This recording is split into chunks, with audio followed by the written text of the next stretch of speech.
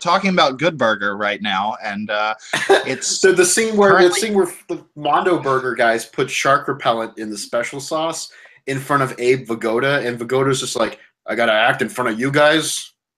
Who the fuck are you guys? Please, Lincoln Park? Please email the National Film Registry and let them know that you want Good Burger to be accepted into the National Film Registry. Yes, absolutely. So hello and welcome to another MovieBoozer.com virtual Pubcast. And I'm your host, Ken Ekman, and I'm joined by Bill Leon. Hooah! Bill Arsenault. Hey! And Hawk Ripjaw. Good morning. The jawest of the rips. The jawest of the rips. The Leonest of the Bills. Hello. The Arsenault of the Arsenault of the Arsenault means keeper of the arsenal. Nice. That's fucking badass. Yeah, you got a lot of heavy artillery at your disposal. Which I don't, but I got like I got a pocket knife laying around here somewhere. But I got a wrist rocket. You have an arsenal of very insightful views on movies and there you go. High quality reviews. How about that? All right. Well, thank you. Okay. Yeah. So, topic movies. Wow. Yes, the topic is movies today, as it always is, except when it's except when it's wrestling.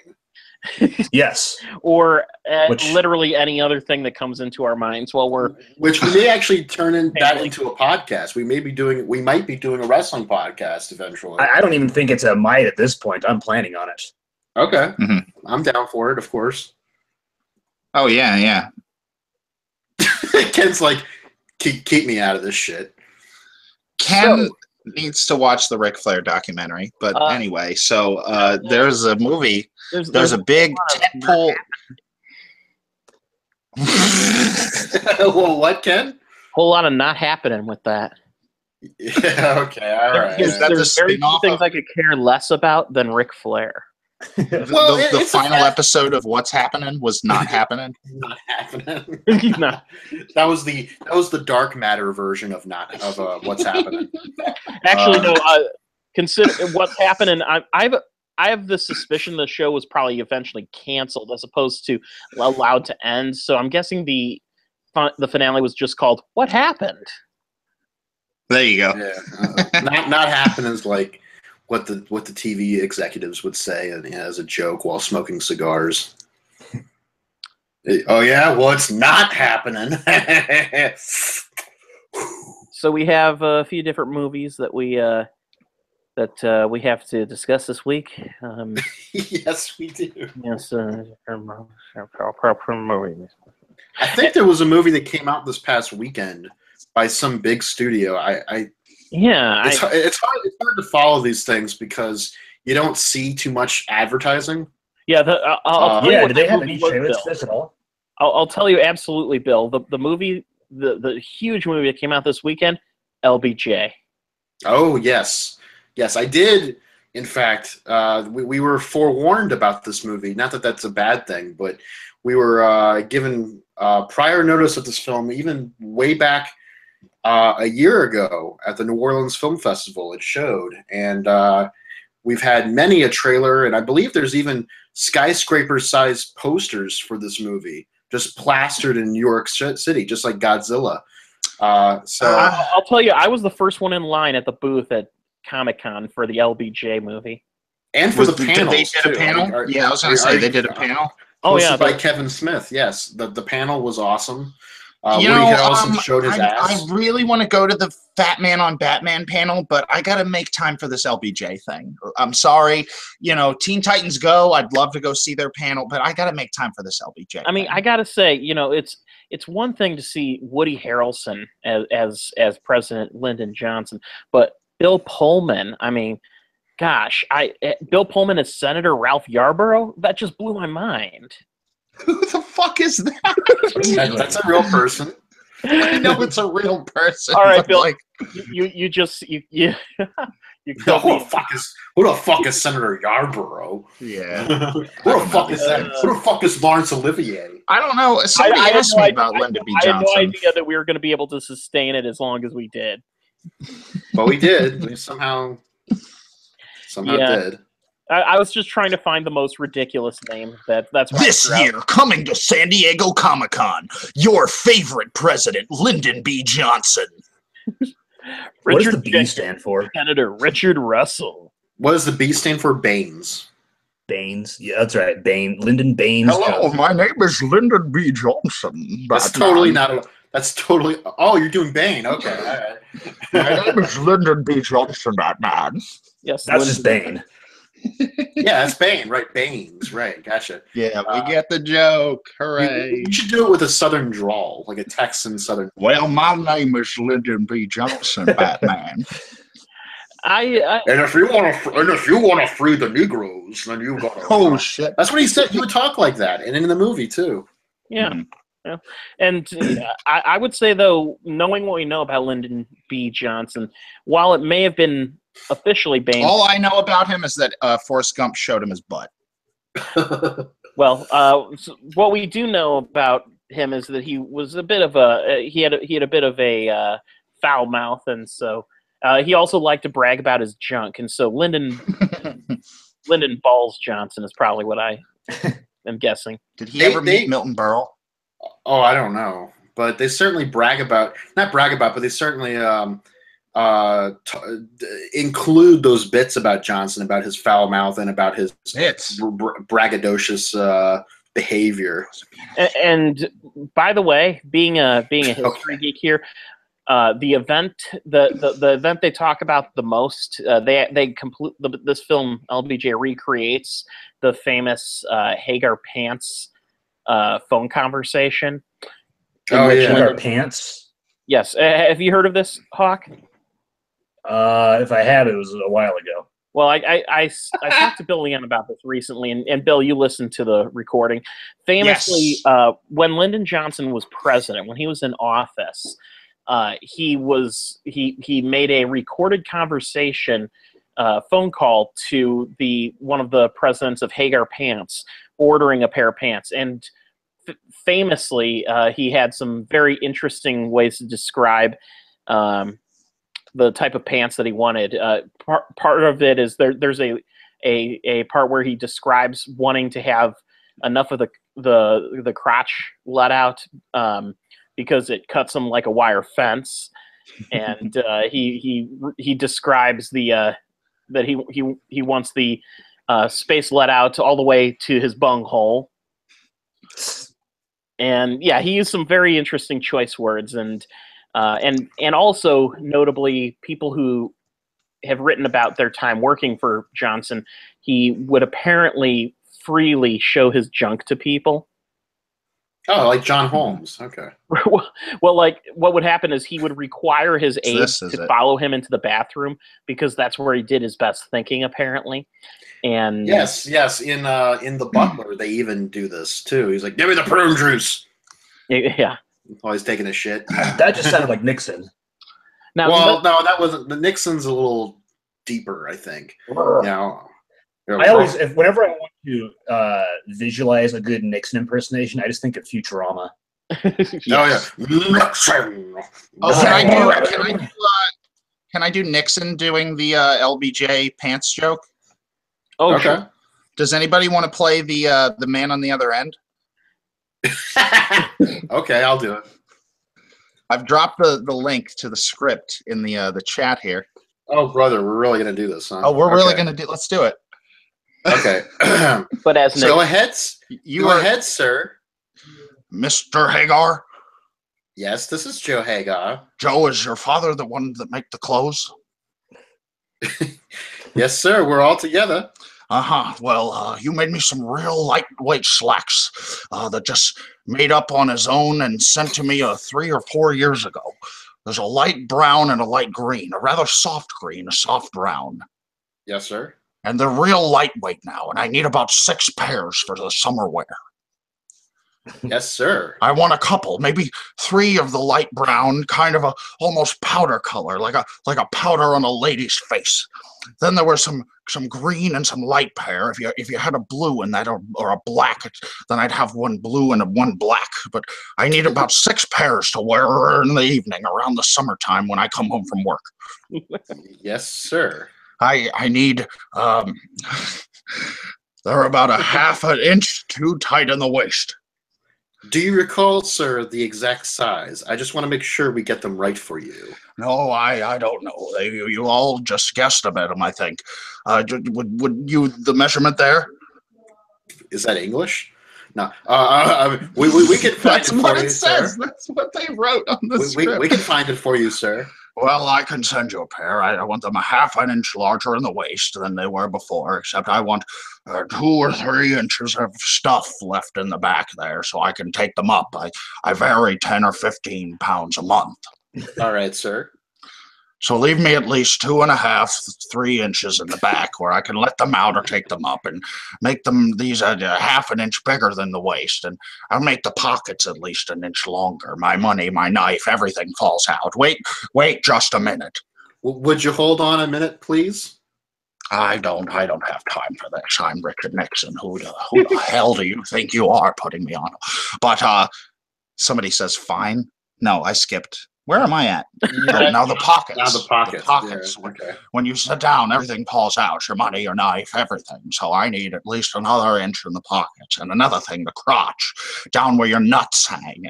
It's always a little too tight. So when you make them up, give me an inch that I can let out there because they cut me. It's like riding a wire fence. There's these. These are the best I've had anywhere in the United States. Fine. But when I gained a little weight, they cut me under there. So leave me. You never do have much of a margin there, but see if you can leave me an inch from the zipper. Ends the belt is in the script, by the way. To my bunghole. To my bunghole, so I can let it out there if I need to. Right. Now be sure that you have the best zippers in them. These are good that I have. If you get those to me, I would be grateful. Fine. Now, where would you like them sent, please? The White House. Fine. Now, I don't guess, is there any chance of getting a very lightweight shirt, sports shirt, to go with that? Slack is there, the same color. We don't make them, but we can have them made up for you. If you might look around, I wear about a 17, extra long. Would you like in the same fabric?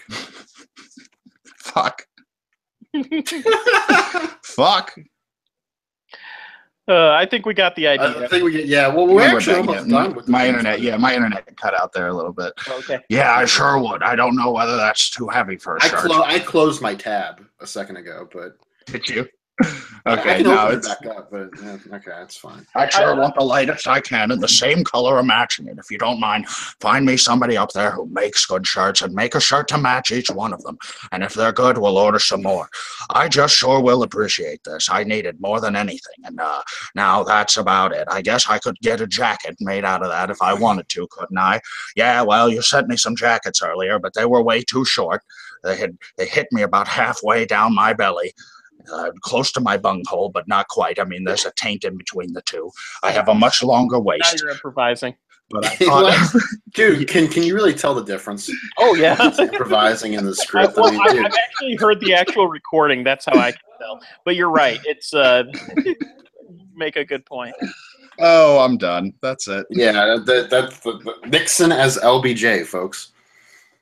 That was fun. Yeah, I have to applaud that.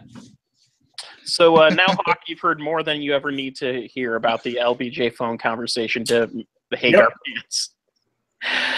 Since we're talking LBJ, I may as well just summarize that this movie is mediocre. Mm-hmm. Are we talking? Yeah, I mean, it's Rob Reiner. Yeah, we may as well get it out of the way. Do you have much to say about this one, Bill? Well, I actually think it's a little better than mediocre, just slightly. In fact, I wrote in my review that it's a touch above mediocre. Like, it rises out of mediocrity based off of Woody Harrelson's sole performance. His performance was solid. The metric ton of cake makeup on his face is Yeah, but it wasn't. I didn't think it was that bad. I mean, it wasn't like silly putty or anything like that. Yeah, It it's was not just- quite J. Edgar bad, but it's not good. The movie reminded me of J. Edgar, but it was a little bit better than J. Edgar. Even though that was a Clint Eastwood film, and you expect a lot out of Clint Eastwood, J. Edgar was really more like, "Hey, look at this queer," you know. Like it was kind of like a. Go ahead. Speaking of Nixon, how does this compare to John Cusack in The Butler? Oh, Is that who played Nixon? Yeah, that's who played Nixon. Was John fucking Cusack, Yeah. and he didn't wear any makeup. He just came in one day with his regular hair, his regular face, and he just did an accent, Yeah. So which was insane for a big budget movie for Lee Daniels, the guy who had just done Precious. Precious, and not only that, Forrest Whitaker, and Yeah, that this was whole a big thing movie, seemed- and I enjoyed the movie. Oprah had been acting for the first time in a long time, like doing a legitimate acting performance. Right, and I thought beyond that it was a good movie, but that one performance was just baffling that they would even think to just let John Cusack not do, the actual makeup or whatever. I guess that they were going for something. I don't know, but LBJ's makeup wasn't as. I mean, I don't know. I thought it wasn't that much of a stretch for Woody to have those kind of jowls. So,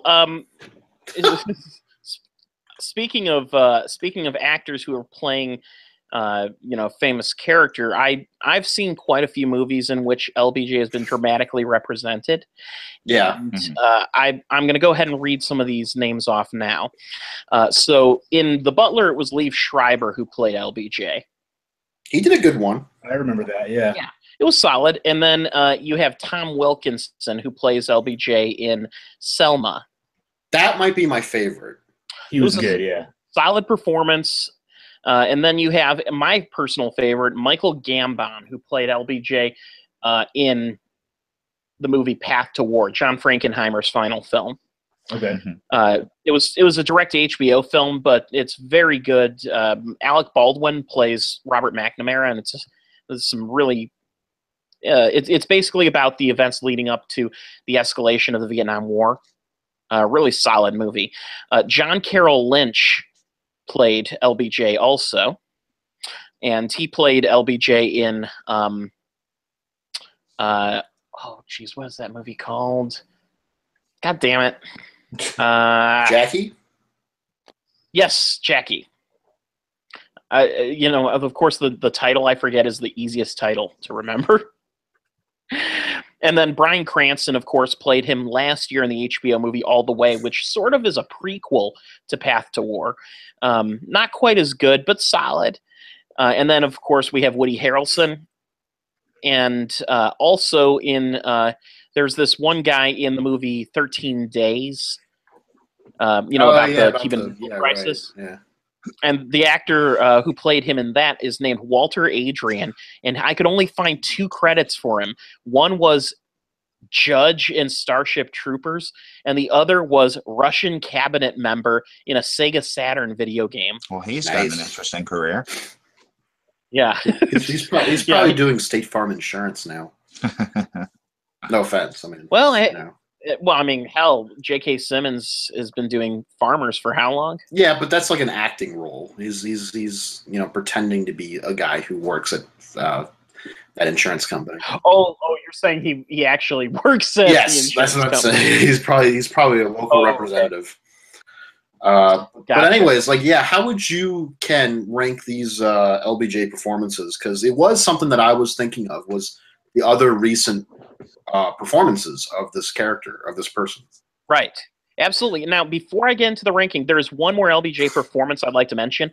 I have not seen this movie, though, because I tried before this podcast for the last week. I've been trying to find a copy of LBJ: The Early Years, a 1987 miniseries for NBC, in which Dennis Quaid. I'm sorry, not Dennis Quaid. In which Randy Quaid. Wow, the better Quaid. Yes. Yeah. The only thing I was able to find was Yeah, there's like a 30-second promo on YouTube that shows him performing. And basically, he looks just like Randy Quaid. They didn't make any attempt to disguise him or anything. But so as far as the performances I've seen... yeah, the jury's still out on the comprehensive, because we got to see the Dennis Quaid, or the Randy Quaid one. Yeah. But yeah, not that we can't just guess that it's probably a bad performance. Right. Rip Torn also played him in some like other movie in the mid 70s or something. So just throw that out there. Okay, yeah. So I'm gonna go ahead and say the bottom of the heap is gonna be the guy who played him in 13 Days, because I don't even remember that performance. I think he just pops in and out of the movie. So you mean like the one where Jim from The Office killed terrorists? Yes. Or no, I'm thinking of 13 Hours. Yeah, you're thinking of 13, the Benghazi movie. Yeah, the Michael Bay Benghazi movie. The Benghazi movie. Yes. So we're gonna focus just on the 6 that had a reasonably long performance in a film. So I would say my personal favorite is Michael Gambon, mostly because it's just a damn good movie and the performance doesn't overemphasize. A lot of these movies, a lot of the LBJ movies like to emphasize his crudeness, and I think it gets to the point of almost being cartoonish at times. The Path to War came out before all of that was like widely reported, and he just plays a very interesting character. You maybe don't have the extra color of the scene with him belching on the phone with the Hagar Pants guy, but it's a darker movie, so the comedy was maybe not as necessary. And it really emphasizes the fact that Gambon had this, or not Gambon, the LBJ had this need to be loved that he kind of fucked with when he started escalating Vietnam against the will of the people.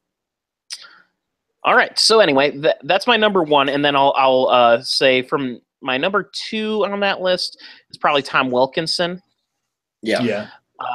I would say actually a solid nod to John Carroll Lynch after that. His performance in Jackie was a short performance, but admittedly, I'm a big fan of John Carroll Lynch, so it was a very supporting performance. It wasn't really focused on him, but whenever it was on him, he was bringing something out that you weren't really expecting. Like, for example, there was a scene where Bobby Kennedy and everyone in the room, including LBJ, are watching the news, and it's the footage of Lee Harvey Oswald getting killed, and they're all freaking out, like, we do not tell Jackie about this, not yet. We're going to hold it off on it. Right. And LBJ gets pissed off that Bobby took the reins in that conversation. He's like, dude, I'm the president. Let me stand up and say that shit. Exactly. So, and then after that, I would say Bryan Cranston, and I will put Woody Harrelson ahead of Liev Schreiber, but only just. Okay. Now, I want to also say that all 6 of these actors did a damn good job, so I don't want to rip on any of them for their performances. Except for John Cusack, who is not one of the 6. But that was Nixon. That was a different. But even that was a pretty bad one, though. Yeah. But at the same time, I mean, Nixon is such a cartoony-looking person that it's kind of refreshing to see a take on him where he doesn't have that pronounced nose. I've heard that Elvis Presley has come to the White House. Oh God, that was one of my favorite movies last year, Elvis and Nixon. And now, because of the Kevin Spacey stuff, I wonder if they're going to erase him and put John Cusack in the role. Digitally or something, One can only hope. Well, but no, as far as my favorite LBJ, I would say Woody Harrelson's pretty high on the list now, but it's going to have to be the Tom Wilkinson from Selma. I've seen quite a few of those movies too. I haven't seen 13 Days. I haven't seen Path to War. But I have seen pretty much the rest of them, except for the Randy Quaid one that's eluding us. But in Selma, his performance, and I also felt that the writing of his character, and his reading of the character was pointing more towards like he was a prejudiced man, but he also understood that eventually he understood that this was something that needed to happen, civil rights. Not to spoil anything in advance, but this, I guess, Path to War came out in like the year 2000 or something, so I guess you can't call it a spoiler. Selma essentially reenacts the scene nearly word for word that was in Path to War. The whole encounter with The governor of Alabama. Yeah, George Wallace and everything. Yeah, there you go. Yeah, I The couldn't only think of his name difference is either. that the interesting connection is in Path to War. George Wallace is played by Gary Sinise, who had just finished making George Wallace, the made for TV movie. Oh yeah, I remember that. Yeah, So Gary it's part Sinise of is kind the of universe. he's kind of funny like that because didn't he do 2 movies as Truman? Yeah, he did. Yeah, as Truman. Yeah, that's pretty interesting too. So there's like this presidential or political universe of actors out there. But that scene, that's the one I'm thinking of when I think of Selma, because at the very end of the scene, Wilkinson's like, "Dude, am I gonna?" He doesn't say "dude," but he's like, "Is this what I'm gonna become? Is this? I don't want to be like you, Mm-hmm. Mr. Governor. You're a prick, And the governor's like, "Oh yeah, well, I'm just gonna do my thing." And he's like, "Well, I'm going to do my thing and sign civil rights, so fuck you." Well, the main thing that distinguished Lyndon Johnson as a Southern politician of his time is, unlike a lot of his fellow politicians, he saw where the wind was blowing, and he didn't want to be on the wrong side of history. So, whether you would say he was racist or not, I have no comment to that because I didn't know him as a person. But what I will say is he knew that humanity in America was evolving, and to stand in the way of that evolution was going to put you in history books as a wall rather than as someone who embraced change. Right, and I think Selma kind of painted that picture a little bit, very, very much so, very brightly. Mm-hmm. That not in a necessarily overly, happy way. You know what I mean? Like Johnson was the greatest man ever. They made it clear that he was a politician first and foremost. They made that clear, but they also showed that humanity in him, that he at least recognized things were changing and this is the direction we should all go in, and that there is something right to this, And I like that. It showed this wonderful human growth of a person. In Woody Harrelson's LBJ pretty much stays the same kind of person, although he does grow, but his growth it's a little conflicting because you can't tell if it's political growth or if it's human growth. You're not sure if he's like growing as an individual who really wants to do good stuff, or if he's growing as a politician who just wants to, be looked at as someone who's really important because out of insecurity or whatever. That was clear. It was clear that he was an insecure person. Yes. In that performance in that movie. That's where I think the director's vision kind of clashes with the actor's vision, because Rob Reiner is a very outspoken liberal, and I got the sense from the movie that he was making that he had a hard time reconciling the LBJ who signed civil rights and a couple other some really important domestic laws into being, and versus the LBJ that escalated the war in Vietnam. Right. So he just kind of was like, let's cut the Vietnam stuff out and let's just focus on him trying to accomplish what Kennedy wanted. And so it was kind of like, let's just avoid that nasty side. And at the very end of the movie, in the end credits, they say like, LBJ did some good stuff, but then he also fucked up with Vietnam, and I was like, okay, so how do we think about this person? Yeah, the movie spends the entire length of it heroizing. Making him out to be Yeah, I know what you mean. Yeah. And then it just kind of says, oh yeah, and by the way, he escalated the war in Vietnam, and you're like, well, okay. Now, I didn't get through the director's vision that he was this flawed person, but I got that through Woody Harrelson's performance. I felt Yeah, I could Woody see that. Harrelson really did make, and some of the writing too, I felt really made Johnson into this interesting political figure and also human figure that you couldn't really tell, like exactly or figure out. But the one thing you could gather was that he was very very much insecure, very much wanting to be loved. There was that scene where he's about to go into the Oval Office for the first time, and he talks to some aides, and he quotes Shakespeare, and they're like, "I can't believe you just quoted Shakespeare," and the other guy's like, "I can't believe you just quoted Brutus." From Caesar, and they're both like just aghast at that, like what the fuck, He thinks that was some profound thing, but he doesn't understand the context. So they're a little worried that might be a sign of things to come, and it wasn't really, but it was just something there. There was also the whole fascination that LBJ had with chocolate. That was in the movie. Like he was constantly eating chocolate pudding. Like anytime there was chocolate pudding or ice cream, that was like a thing of his. Like he would steal it from another guy. It was well known that he had a sweet tooth in office, and to the point where Lady Bird apparently throughout the second term was obsessively trying to put him on diets, and he would always wake up to make himself snacks at night and stuff.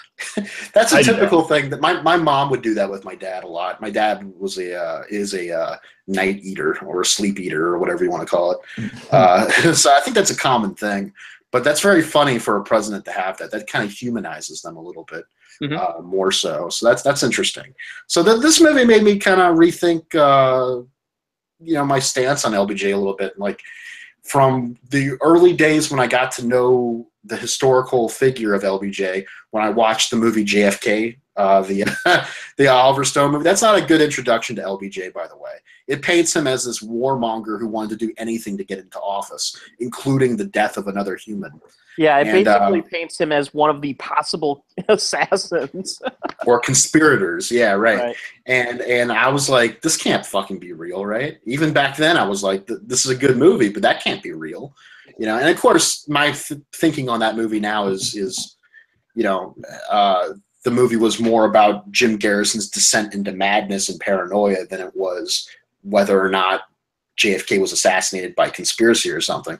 But LBJ is a wonderfully acted movie, and it's a movie that has just a string of spectacular performances, and ultimately it's to support Oliver Stone's cray-cray.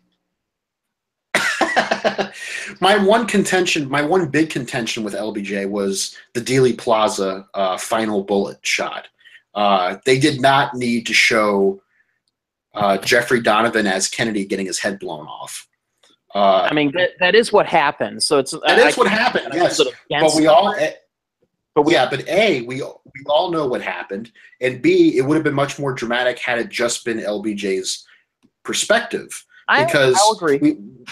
We see in that sequence, if you cut out the headshot and all that stuff from Kennedy's point of view, it's LBJ looking around in shock and confusion, right? And then Secret Service pushes him down, like, "Get down, sir, get down!" So there's all this chaos going on, but he's only seeing a very obscure view of it. And then when they get in the hospital, they rush him into the other room, and they're like, "Okay, stay here, Mr. Vice President, while we figure everything out." And the whole rest of the film is from the point of view of LBJ, really.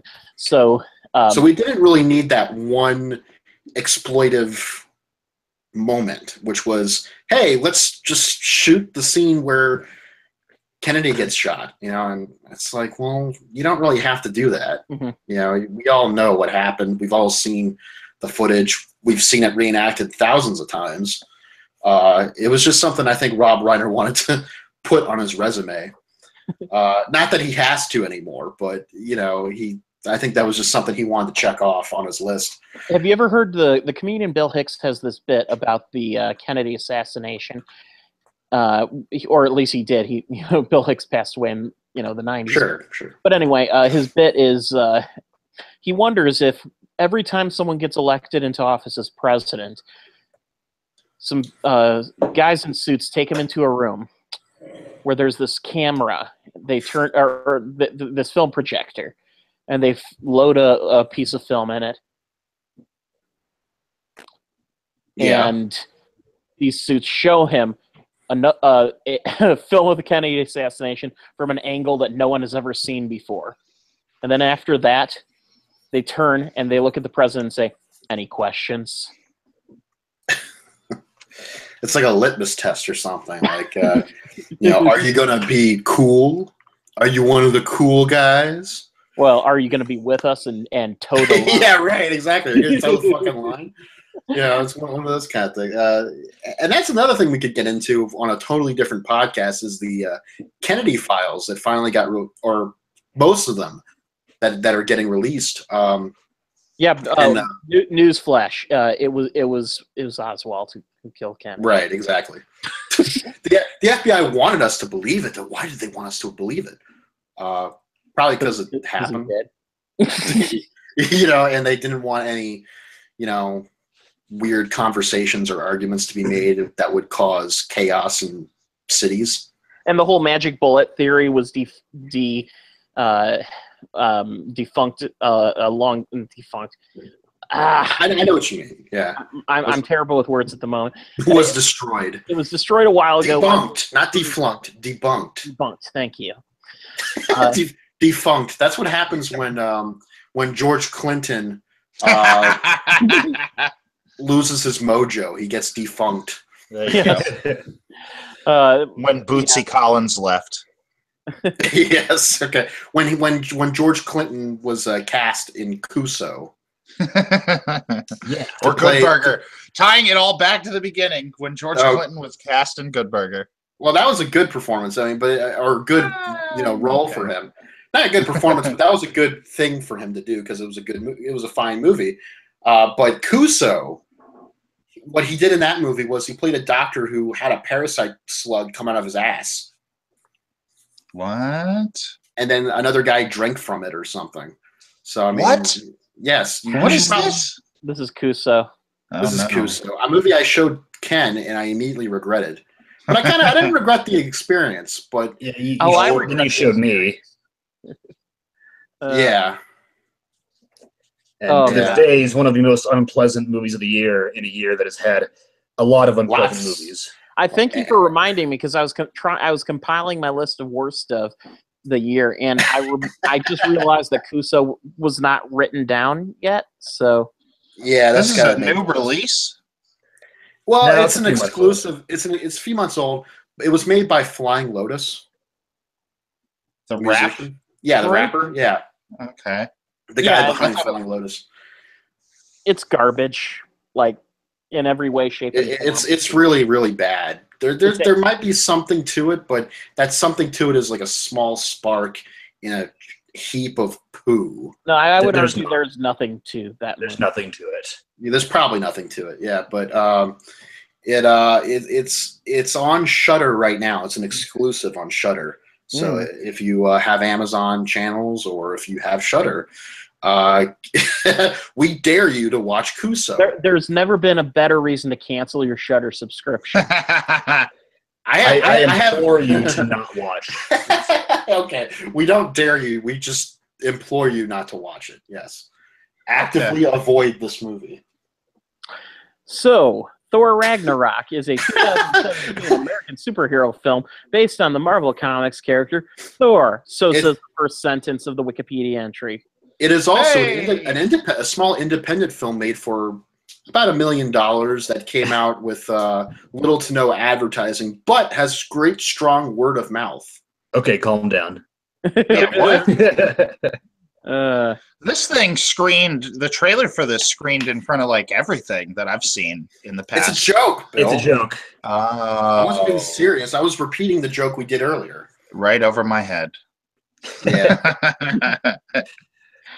So Thor Ragnarok. What did we? Well, first of all, Thor Ragnarok. Get in your Walmart discount bin in 2018. Let's let Bill Leon and Hawk Ripjaw talk about Thor for just a little bit, because I haven't seen it. Why are you throwing me into this? Well, because you haven't talked, and you did see the other Thor movies, didn't you? I did, but God So- help me, I don't remember a thing that happens in that Dark World. All right, fine. Yeah. No one does. Dark World How is about the, how about you, Hawk? Age of Ultron of the Thor movies. Dark World's not bad. It's very forgettable. It just doesn't really do anything. It's one of those Marvel movies that does almost nothing to move the needle of character or plot in terms of the Marvel universe, except for name dropping a couple of the Infinity But Stones. the great thing about the Marvel Universe is that it doesn't always have to be serving the greater narrative. Like, Doctor Strange was perfectly enjoyable, and that was its own little self-contained thing. Although, I mean, it is kind of like implying that there's greater shit out there. But what I'm saying is, like, it told its own little story. Thor: The Dark World is just boring. It's just I'm just going to make a comment here. I think that the one scene in Thor Ragnarok in which Doctor Strange makes a cameo appearance has way more of what I want to see from a Doctor Strange story than the entirety of last year's film. I love like the Doctor last year's Strange film, movie, though. but even Yeah, that the movie, Doctor it Strange- kind of it broadened the scope of the Marvel universe, and it was a good character piece, so to speak. But Thor: The Dark World kind of was like, yeah, there's other worlds, which we kind of already knew because we knew about it from Avengers when the portal opened above New York City. But Thor as a character didn't really grow at all. What I found No, not particularly really. interesting was that in some ways Thor Ragnarok kind of makes fun of the Dark World. Yeah. I mean, particularly in an early sequence in which Thor returns to Asgard to find that Loki, in now impersonating Odin, is putting on a play for the people of Asgard, in which he's telling his version of the events in the Dark World.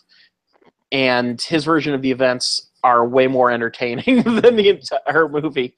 And it also features a couple of really great cameos that are best unmentioned. You have to see those cameos and Yeah, I'm not going to spoil experience that them for yourself. Now they are wearing makeup, so it was a little hard to guess at first. But when you see it, you're like, oh, that's so and so. Well, one of them was super obvious. One of them was obligatory, and another one made sense once you caught it. Yeah, Yeah. well, I mean, the most obvious one isn't like it's going to surprise anyone. I'm going to go ahead and just say that Chris Hemsworth's brother Luke Hemsworth plays him. Is it Luke? Which was that I believe that was Taika Waititi's idea. Right, which is fine. I thought that was great. But keep an eye out when you see the movie for the other actors. Those are the real surprises. Yes. They're officially Asgardian actors in the universe. Right, exactly. And it's official that Asgard has a culture. It's not just a faceless army of people who drink and fight and get killed while the gods of Asgard watch everything happen in slow motion action sequences. Yeah, it actually kind of expands upon the cultures and the mythology of the land a little bit. Not a lot, but a little Whereas bit. in Thor and Thor: The Dark World, everything you saw of Asgard was basically Asgard is like 5 gods and then a bunch of nameless, faceless people. Well, yeah, Asgard was always like, look at this place, it's not Earth, and that was it. Right. But Asgard is more of a living, breathing. It was forgivable in the first Thor because that was just setting up Thor's story. In the Dark World, it's not forgivable at all because they spent no time further developing it. And Now I still like the Dark World, but I'm probably not ever going to watch it again. oh yeah, Hey, same, but that's- same here. I enjoyed the Dark World when I saw it. I just looking back, I couldn't care less about it. I did really Yeah. enjoy the Dark World- climax of the Dark World. Is the Dark World the weakest film in this franchise at this In the point? franchise, Marvel I don't think franchise? so. I don't think so. Maybe what would it's you say? slightly, but What's weaker Uh, than the Dark World? The Incredible Hulk. yeah. The Incredible Hulk was a left part. Okay, But I is guess. Hulk really? Is Incredible Hulk really part of the MCU proper? It is. I've had this argument with people. The events are directly referenced in multiple films. There's characters in it who cross over. Yes, it's absolutely the only difference is that Edward Norton is, Not in the other movies. Yeah. And I think the only reason Edward Norton was ousted is because he was kind of a jackass on the set, and then he He was wanted an demanding more money. unholy amount of money for Avengers. He pulled a oh crap, damn it! Who's the guy who did that on Iron Man? The guy who played Rhodey in the first one. Yeah, the guy Terrence. from Legends. Terrence Stamp, yeah. Terrence, no, not Terrence Stamp. Terrence Malick. Terrence Malick, exactly, yes. Terrence Howard. Terrence Howard. Yeah. Actually, it's a little bit different because Terrence Howard. Also You know, demanded a buttload of extra money. well- Didn't get it. No, because Terrence Howard took umbrage of the insane raise that Robert Downey Jr. got, whereas he got a pittance. So it wasn't, I want more money. It was, why the hell did Robert Downey Jr. just make another $50 million off this movie and I got a $20,000 raise or something like that? It was more like he took offense. I mean, let's If I didn't already know that Terrence Howard was kind of a nut job. No offense to Terrence Howard, but they got Don Cheadle for less money. That's a steal. That's a bargain. Yes. Bargain Don Cheadle is Bargain Don Cheadle. I don't like saying that. That sounds disrespectful. Don Cheadle at a bargain. If you say bargain Don Cheadle, that suggests some look-alike for the Asylum movies. You got Don Cheadle for a bargain. Dan Yes, Chadwick. okay. The bargain Don Cheadle. Yes. Dan Chadwick. Don Cheadle was in a Nicolas Cage film called The Family Man. Has anyone seen this movie? Yeah, I saw it. He Yeah, played. Taya Leon, yeah. And he's in it. Unfortunately, I'm just gonna have to say it. That was his Bagger Vance movie. Oh, yeah, you're right. It absolutely was. That's kind of why I brought it up. Okay, so Thor Ragnarok, like we've already established that the Thor movies were kind of, like been there. Well, not been there, done that. It was kind of enjoyed the first Thor. I did. I really liked the first Thor. Yes. It had I don't know. It had a very I kind of- Shakespearean feel to it, which I think was great with Kenneth Branagh directing it. Sure, but Yes. I kind of agree with what Roger Ebert had to say about the first Thor movie, and that it was kind of a boring affront to movies. I actually kind of liked what he said about it. I was like, when I watched Thor, the first Thor, I was like, what is this? This doesn't really work as a movie, does it? It's like this. It's like a big budget movie they shot, but they shot it with as few materials as possible. I'll say this about the first Thor is that I didn't go see it in theaters. When it came out on home video, I was so bored with it that I didn't finish it. I didn't finish it until I bought the riff tracks of the movie. Okay. Now, granted, they were still trying to figure out what the Marvel Cinematic Universe was, Yes, or if there was and even going to be one at that time.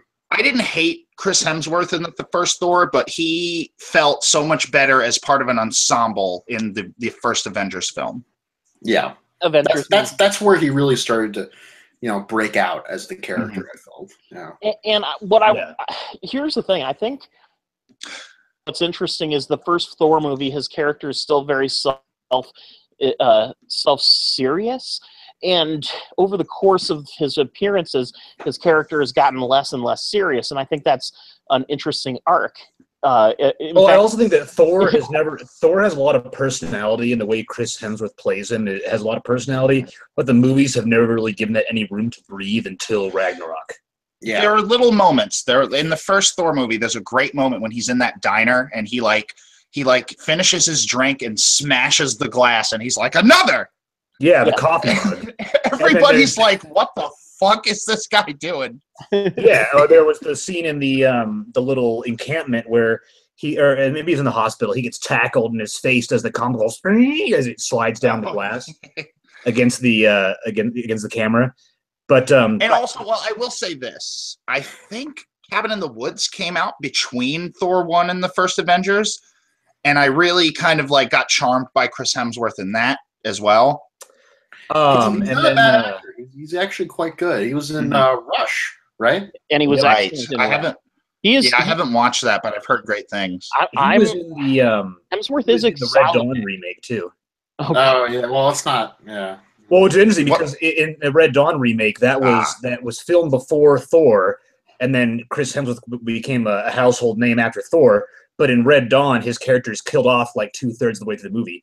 But of course, with the Red Dawn remake, originally China was the bad guy, and everybody's like, "Oh, let's not do that." And so in post production was hugely elongated because they had to change every reference to China in Red Dawn to North Korea. So that's and why by the way, that desperate attempt to get revenue did not help the movie's release in China whatsoever. No, China saw through that shit. In fact, if I remember, wasn't it banned in China or something? Red Dawn, I don't think so. looking over the I think it was gonna be Red Dawn. Oh God! I think it was gonna be, but then after they changed it, they released it. But nobody liked it because everybody knew what it was beforehand. But it's funny to see a super famous actor get killed off a little more than halfway through the movie because when they filmed it, Chris Hemsworth, nobody knew who he was. Oh, I could rewrite that Red Dawn theme song.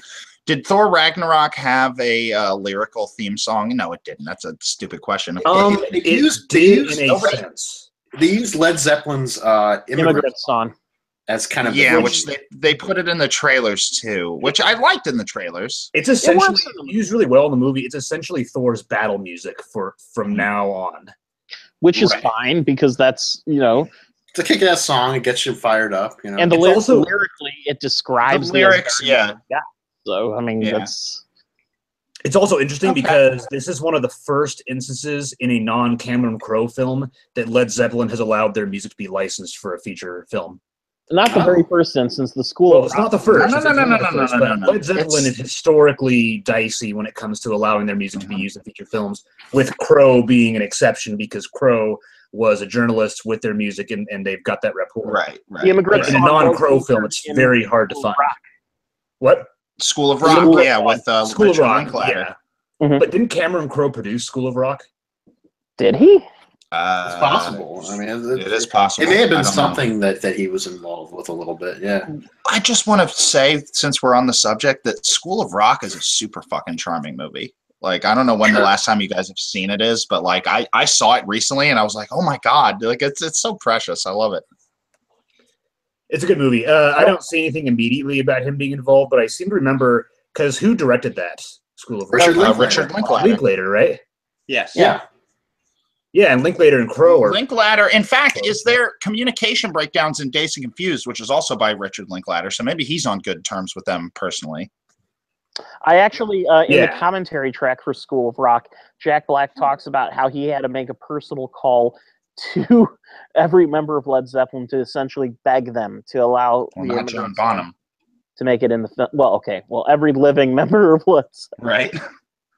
God damn it. Yeah. And I do not see Cameron Crowe's name anywhere here. But, yeah, I don't think he was. I don't know why, but he's associated with Linklater in some form, right? They're friends or something. I have no idea. For some reason, I've always thought that, but I could be wrong.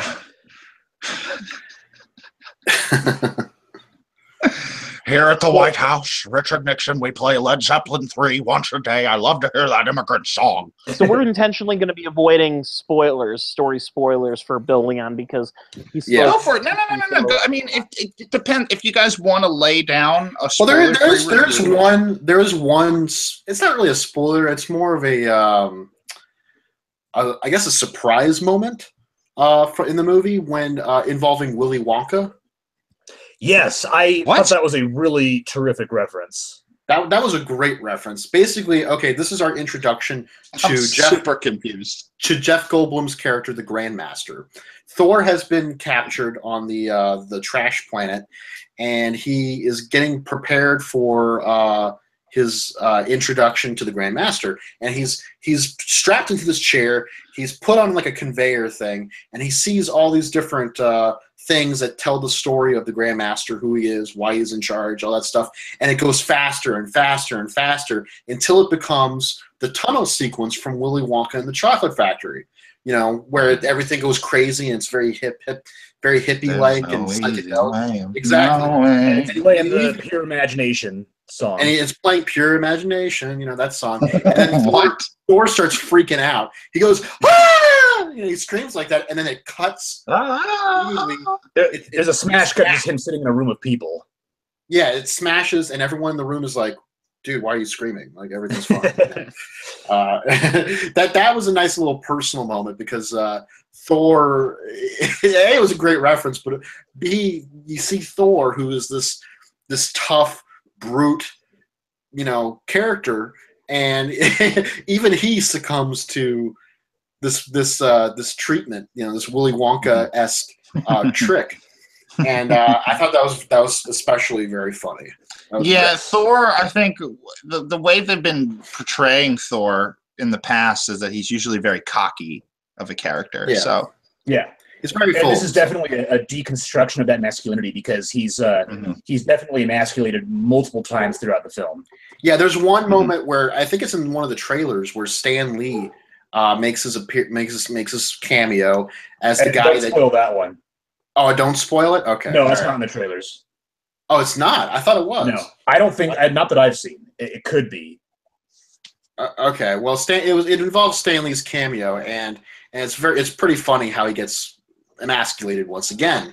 It is one of the better ones. It's one of the better ones. One of the ones that stands out. Yeah, definitely. For Stan Lee cameos. I think we should talk briefly, or as long as we want, really, about Tessa Thompson as Valkyrie. Before we do that, really quick, I wanted to just kind of point out the fact that the director of this movie, Taika Waititi, who did What We Do in the Shadows and Hunt for the Wilder People and Boy.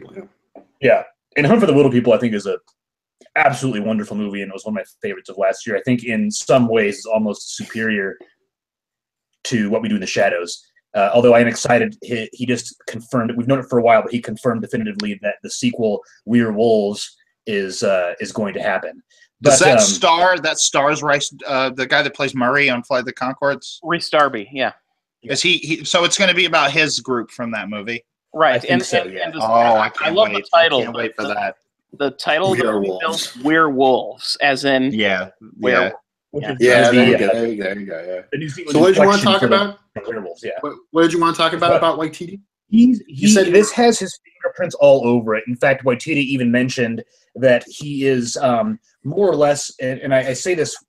I want to back up what I'm about to say after I say it. He almost deliberately disregards the continuity for the rest of the Thor franchise in this for his movie, and I only say that cautiously because I am a vocal opponent of the continuity in the X-Men films, but I think they're handled in two very different ways. Thor Ragnarok is kind of its own adventure. Yeah, Thor Ragnarok's its own adventure, and it's kind of wink and a nod about the continuity. It references it, but it also changes it a little bit. And in the X-Men films, it's very clumsy and ignorant. It wants to have its cake and eat it too in the X-Men films, where every time they fuck it up, they're like, time travel. It's kind of a reboot, but it's not. But these guys, sexual assault. I mean, honestly, Bryan Singer, his literal quote when somebody challenged him on the continuity, he's like, "Well, time finds a way," and it's like he literally said, "Time finds a way," and it's like, time finds a way. Now take off your pants for this casting call. Oh, too soon. Sorry, but dude, it's not too soon. Come on. No, I mean, you're not wrong. No, not at all. But I want to be wrong. I actually liked him as a director for the most part. But I don't, but that's okay. Okay. But The Usual Suspects was The Usual Suspects is a movie that works just fine exactly once, and then once you say it a second time, you're like, oh, it's not really that. At pupil. Except you can't talk about The Usual Suspects anymore because Kevin Spacey. Yeah, that was. Oh, that too. Oh God, that's a double whammy. That's why I was doing the Speaking of Bryan Singer, very briefly, but a lot of the articles that were written about his the controversy around him have disappeared, and people are wondering why. Like, did he influence those outlets, or what's up with that? So it's I don't know. I think it's just going to come back around in a second. Everybody's kind of globbing onto the fresh news, and then it's like, oh, by the way, Bryan Singer. So I think it'll come back around. Okay. Well, now the one thing I will say is with regards to that, I'm pulling up I'm pulling up Bryan Singer information, and I'm just curious, like, did they ever actually confirm what happened, or? Yeah, I don't know. It was kind of like Bryan Singer. May have done something, and someone said, No, he like came on to somebody like with the the boys, and then they said no, thank you, and then he said okay, never mind. It wasn't like he actually was aggressive or creepy or assaulted anybody. That's just what I've heard. So what I'm seeing here is there was the lawsuit in 2014. It says here that Singer's attorney presented evidence to a federal district judge, which was able to show that neither Singer nor the plaintiff were in Hawaii at the time, and the suit was withdrawn. So, I remember that. Yeah. So here's the thing: I'm not going to just rip on Singer's. Sure. I mean, it's his career. It's his. You can't condemn a person for lack of evidence like that. The reason Kevin Spacey is fair game, as far as I'm concerned, is he essentially admitted it. Yeah. Not essentially, he did, and then other people's like, okay, now that I'm not going to get totally lambasted in Hollywood for saying this also happened to me. Well, what he did was he said, I don't remember that because I was really drunk, which is well, yeah, but then. It's then the House of Cards employees were like, I had some House of Cards crew members like, he cornered me in his trailer. Yeah. And I said, back the fuck off, and then he left. So it's no longer isolated incidents. It's people that are finally emboldened to come forward. Oh, yeah. Well, like I said, he is fair game. Absolutely. Yeah. But in the case of Singer, I guess it was kind of, I'm not going to. An accusation or two without anything backing it, to me, is I still believe that you're innocent until proven guilty in this fucking country, and so I will, as much as I agree that it is a victim's right to come out and say what happened. It's Sure. also your right to defend yourself if until there is some way of proving. Well, Jeffrey Tambor just got accused of something, and Really, I didn't know and that. it's just one accusal so far. And he's saying I walked away. that's You guys not were right. talking about Thor. What did I miss? We were talking about Just sexual misconduct. a brief tangent before we get back on Thor. Yeah. Before you get back on Thor, huh? Okay. I made a rip. I made a rip on Bryan Singer, and Ken is making Have me you feel guys- very guilty about it. Have any of you guys heard of or seen the documentary Open Secret? No, I have it saved on my Vimeo account. Yeah. Oh, dude, It's I available for watched free. it. Yeah, Bryan Singer's name gets brought up in that story. For those, I guess Hawk and Ken, do you guys know about this documentary? Yeah. Yeah, I'm familiar. Have you ever seen the movie First Kid with Sinbad? No. Yes, I have. Wait. No, the one where he plays the president's. President's. Well, he's a bodyguard who gets the president's son's Secret Service agent. Yeah. What about that movie? The guy that the first kid in that movie, the title character, he's involved in this sexual assault ring, Hollywood young boys. Oh boy, that's all of this documentary called Open Secret. It goes into it, and first kids like him and this other dude are at the top of the fucking pyramid. Like as victims or perpetrators? No, as perpetrators. Oh Christ! They had this like mansion that they would hire these young actors and have them come to and drug them and all types of shit. There's a scene in the fucking documentary where Corey Matthews is at this mansion. Ben Savage from Boy Meets World. I don't know if there's like allegations about him, but his appearance in that film just makes me go like, what is this? So what is life? Ragnarok. Open secret. Watch it. So basically, the world is fucked, and we at the Movie Boozer Pubcast take no joy in that. We're gonna start. We need to start up like a refugee camp for these actors. Camp Refugi. Yeah. It'll be From like American Dad. Yeah. It'll be better than Camp Krusty. I promise you that. Hail to thee, Camp Krusty. I just have this image in my head of Jim Carrey and Liar Liar. Stop breaking the law, asshole! Ooh. Can we do another like small tangent here about how Jim Carrey's like losing his mind right now? Is he? He is kind of. And they're doing this documentary on Netflix. Yeah. And I want to watch that. It seems a little pretentious to me, especially the way they're marketing it, because there's a line that he has in that trailer where he's like, am I playing Andy or is Andy playing me? And I'm like, dude, fuck you. Yeah. I'm like, dude, fuck you. Like, I love that movie, Man on the Moon. Don't get me wrong, but I've actually heard that this movie has some. I've heard some very positive feedback about it. So I'm sure it's fine. But like I said, they put that in the trailer, and just based on Jim Curry's current behavior, like there was this. I think Bill knows Jim what I'm Curry, talking about. Is that like Tim Curry's brother? I think that line is just a matter of Carey being a performer, and of course the well documented acclaim for his being so well dissolved into that role, and he's just kind of playing into that. I'm curious because I think about Jared Leto in Suicide Squad, and I don't think the performance was good enough to justify what I've heard about his behavior on the set. Oh yeah, sending used condoms and dead rats. Yeah, and stuff like that. I think that he's a little douchebag for doing that, and this Jim Carrey thing, like I've part of the advertising of this documentary is like apparently he was annoying on the set, and I'm like, okay, so again, I like that movie and I like the performance, so I guess it was worth it, but you know, I'm kind of curious, like, where's the difference here? Like, I hate it when Jared Leto does this shit because he took it to an extreme level. Fucking condoms and dead rats. He took it to an extreme level. At what point, in what issue of Batman did the Joker's son use condom to someone? That's all I'm saying about that. Oh boy! Because if that happened, in Harmony Korine presents The Dark Knight.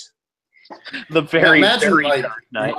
Imagine in Mark Hamill's voice saying, like, I've got a treat for you, Batman. You know, and he opens up the mailbox and he opens up a package and he's like, oh, God. I don't know when he finds the time to open up these envelopes.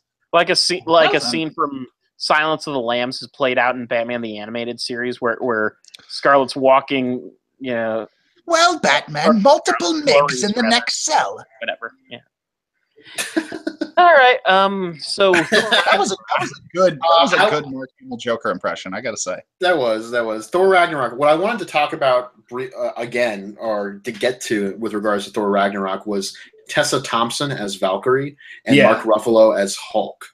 Yes, and Bruce Banner. Mm-hmm. I'm gonna say I did not like Tessa Thompson in this movie. I thought really? Why not? I thought it was the weakest character in the movie. She was just there. She was underdeveloped. They didn't give her shit to do. She was female possible love interest for Thor. Mm-hmm. That was what it was. It was more like Thor was kind of like in awe of her because he had heard great stories of, you know, her battles as a Valkyrie and stuff like that. But they briefly touch on that. They don't even really get into it. It's more just, I'm a drunk now, and I'd rather forget about my life as a Valkyrie. And they kind of address that the past history of Asgard is really dark and brutal. Asgard, which is a joke in the movie. The alcohol thing, just like it starts as a thing, but then it's like she's an alcoholic who is only seen drinking in like one scene in the friggin' movie. She drinks in. No, she drinks like 3, maybe 4 times. Yeah. She drinks in nearly every scene she's in except for the final battle. I don't recall her drinking in any of like the. Well, maybe. Does she drink more than Tony Stark in Iron Man 2? Oh yeah. Oh she yeah, that's not that sequence. That's not okay. that much. When she's watching the battle, she drinks. When she's talking to Thor, it's a lot. I guess she drinks in 2 scenes. They should have waited to do that. The introduction, so that's 3. She drank in another, which was 4. Drink in another. Okay, what happened in that other scene? I don't know. Just put it under the other. Picks up a carafe and said, you have until I finish drinking this to say what you Yeah, say. yeah, that's one of the scenes. She buys like a 6-pack of very tall beers to drink while she watches the gladiator fight. She drinks before that in the bar. And she manages to kick her alcohol habit at the end of the movie in the name No, of. no one suggests Well, that she takes her alcohol she chooses habit. not to drink during the battle, but she does say, she's like, "I'll fight, but I'm not going to stop drinking." Right, and, All right, she well- remember too. She's Asgardian, so she could probably drink as much as she wants and barely get drunk. So she has to drink a lot to get really plastered. You know. Yeah, I mean, she shows up trash in her introductory scene, but of course, with this being a Disney movie, they probably told Taika Waititi to dial it back a little bit, but he's still I'll admit, on to some there. in that introductory sequence when we first see her, when she drinks and falls off the ramp and everything, it's kind of flat. You know what I mean? Like her performance. Her performance doesn't really have much energy at that moment. You know, when she's just kind of like, "I want Thor," and then she falls off the thing. You know, there's no personality to it at first, but as the movie goes on, there's some touches here and there. I agree with Hawk. It's not as developed as it could have been, and people are praising it a little too much. But I like Tessa Thompson overall. I feel like I like Tessa Thompson. I just didn't think her character was very good. Yeah, I agree. Her guys were talking performance about exceeded the writing of the character for sure. You guys were talking about Selma. Tessa Thompson is great in Selma. Yeah, she's great. She's been great in just about everything up to Creed, Dear White People. Oh yeah. No, now, do you think Tessa Thompson's going to have a cameo in Black Panther by any chance? No. Probably. That'd be weird. It'd be like if Idris Elba popped up in Black Panther. Well, Like, there is a spoiler regarding this, but we're not going to get into that. I don't think we're going to see these characters on Wakanda anytime soon, though. But there are some hints of things. I don't know. What about Mark Ruffalo as Hulk? He has been Hulk for 2 years since the Battle of Sokovia. It's worth noting that this is the first time that Mark Ruffalo has played the Hulk. The Hulk in every other film has been voiced by Lou Ferrigno. Right. Yeah. My favorite bits in this movie involving Banner was when he was Hulk, when after their fight in the gladiator arena, Thor wakes up and he's being massaged by some servants, and then he wakes up and he finds Hulk being Hulk in the hot tub. Yes. And Hulk gets out and Thor's like, "Oh God, I just saw your junk." He's like, "Oh, it's in my mind now. It's in my mind now." And Hulk's like, "Look over there. That's the Quinjet." So here's we have to speculate. Does Hulk does Hulk? Because here's the thing: your junk isn't exactly like the same kind of muscle as your other muscles. Does that grow too, or does that just stay the same? I think here's the. Given the fact you're that touching Hulk's pants grow exponentially with him, I would say every other part of him does as well. Yeah, I would probably assume that. That's also not something I want confirmed. I just want to speculate on that. And by the way, his pants don't in the Marvel Cinematic Universe. They make multiple references to the fact that his pants don't grow with him. Mm-hmm. In the original Incredible Hulk, Edward Norton has to find really stretchy pants so that they don't tear off. Mm-hmm. And in the other films, whenever he hulks out, he's totally naked at the end. Well, except in that one scene with Harry Dean Stanton. The beginning of Age of Ultron, where he goes back into Banner mode, he's still got his pants, and they're not even that baggy. They're like, I forgot. Even though they could be. Actually, Age of Ultron would also be high on my list of weak Marvel movies. Yeah, it's not a bad movie, but it is weak. Yes, no, I enjoyed this Hulk. He especially when it establishes a lot more so that Hulk and Banner are kind of two different people. Mm-hmm. Or two different minds in a way. Well, I thought it was fascinating. He doesn't remember anything that happened to him while he hulked out. Yeah. Right. He was just like, "Where was I? Where am I? I can't process this shit. I'm on an alien planet." Oh boy, we're gonna get great Hulk in Age of Ultron. What's that? He's like, did we succeed with the Age of Ultron? Oh yeah, he has said. His last recollection is the city in Age of Ultron. Mhm. So essentially, he lost some time. This is just speculation, but I think based on including scenes like that we might get Grey Hulk soon, where this is kind of nerdier stuff, but Grey Hulk is like, he doesn't have that problem. He retains his consciousness. We may, yeah. I mean, this movie is essentially a Planet Hulk adaptation. Mm-hmm. Well, actually, I mean, one of the very questions, loose elements one. of Planet Hulk, but the actual storyline is completely, really, it's completely different. I Well, mean, yeah. I mean, it's just a skeleton of that, but this is kind of like the framework of that. this is the Marvel Absolutely. Cinematic Universe's version of Planet Hulk. Right. It's the closest we'll get to Planet Hulk. Yes. right? For now, anyways. Mm-hmm. And I think my favorite bit. Send Hulk out into space again. You never know. Well, that'd be like especially if they start to run out of ideas. Hulk with the Guardians of the Galaxy or something. Yeah, I would watch that. I would absolutely. Well, yeah, watch sure. That. Especially if James Gunn is still involved. Then Tell me you wouldn't love to see the Hulk have a conversation with like Rocket. yeah. Well, I'm shit. With Groot.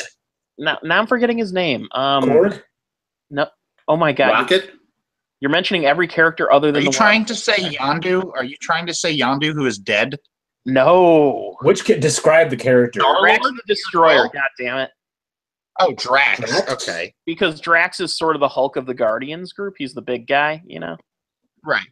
Yeah. Okay. Sure. Yeah. Seriously, Absolutely. you guys said every character of the Guardians except the one I was thinking of. That's ridiculous. Nobody said Gamora. We're all sexist. Oh, that's true. Well, Yeah, but then again, except I mean, yeah. I mean, I did like I liked Korg a lot in this movie. Yeah, Korg was that Taika Waititi playing Korg? It was. it was. Oh, okay. I loved him in What We Do in the Shadows. He plays one of the vampires in that. And in Yeah, he Thor voiced- the Wilder voiced- People, he's in the one scene as the world's least comforting priest. Yes.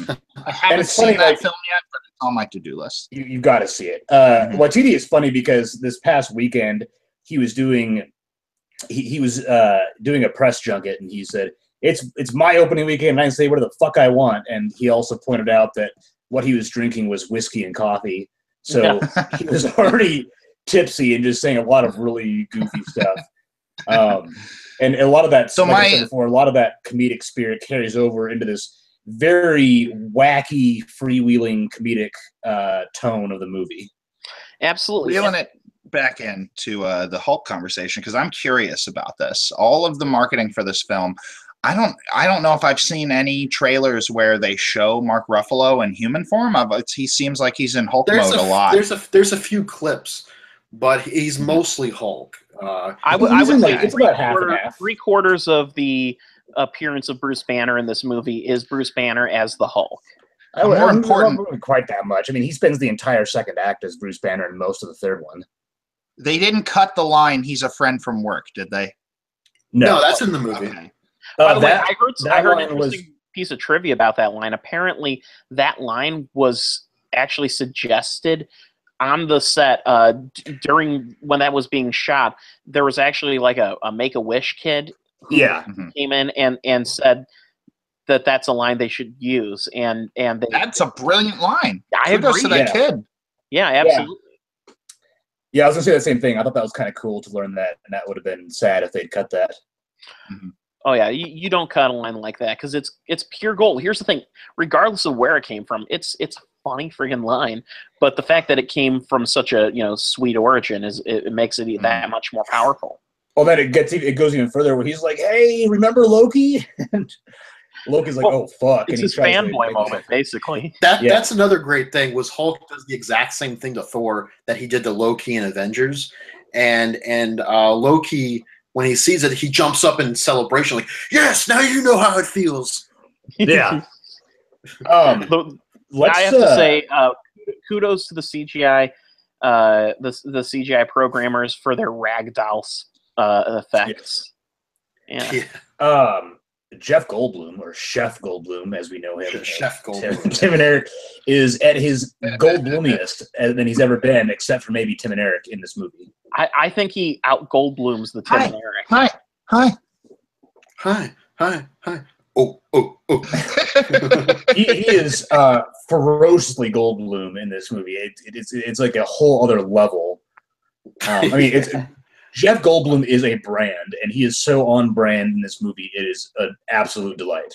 I am the Grand Master. He says, Yeah. that's how he delivers a line right there. It seems like somebody has taken my champion, so go find him. Go. I did not see Independence Day Resurgence. Did any of you guys?